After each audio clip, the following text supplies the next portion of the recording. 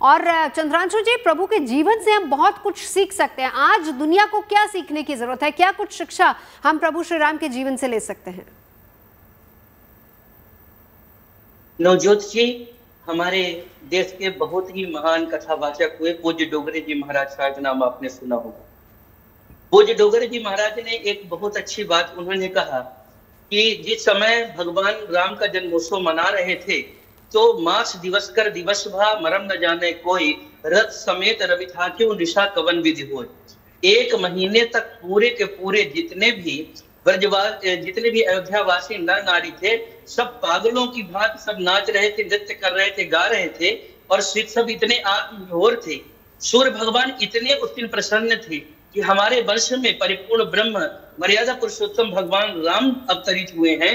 ऐसा सोच करके वो 1 महीने तक ज्यों के त्यों रथ की गति रुक गई और सूर्य भगवान बैठे, चलने का कोई नाम ही नहीं ले रहे थे।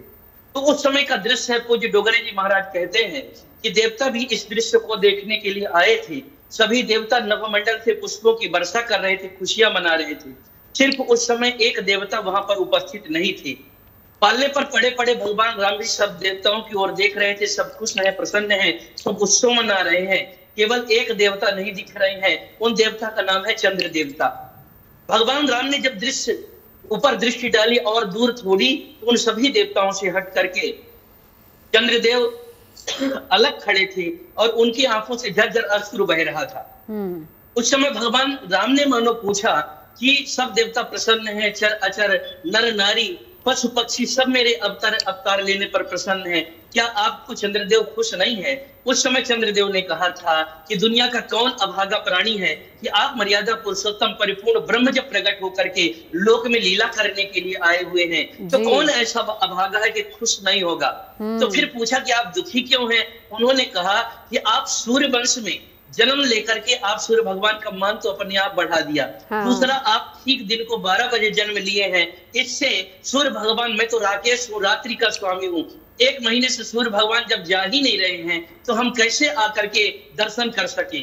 और दूसरी बात, सूर्य भगवान का मान बढ़ा, हमको क्या मिल रहा है इससे? उस समय भगवान राम ने कहा था कि ऐसे तो मेरा नाम गुरुदेव भगवान राम रखेंगे, पर आज से मैं आपको वरदान देता हूं कि मेरा केवल नाम राम नहीं रहेगा, मेरे साथ आपका भी नाम जुड़ा रहेगा। तब से भगवान राम का नाम श्री रामचंद्र भगवान, उनका नाम श्री रामचंद्र भगवान। बहुत ही जी। और गोस्वामी जी ने उसको लिखा भी, गोस्वामी जी ने लिखा ही, गोस्वामी जी ने लिखा भी कि श्री रामचंद्र कृपाल भजवन हरण भव भय दारुणम, नव कंज लोचन कंज मुक्कर कंज पद कंज दारुणम। आज भी भक्त लोग की स्तुति में अपने गाते हैं। एक संदेश देना है मुझको। मैं लौटती हूँ।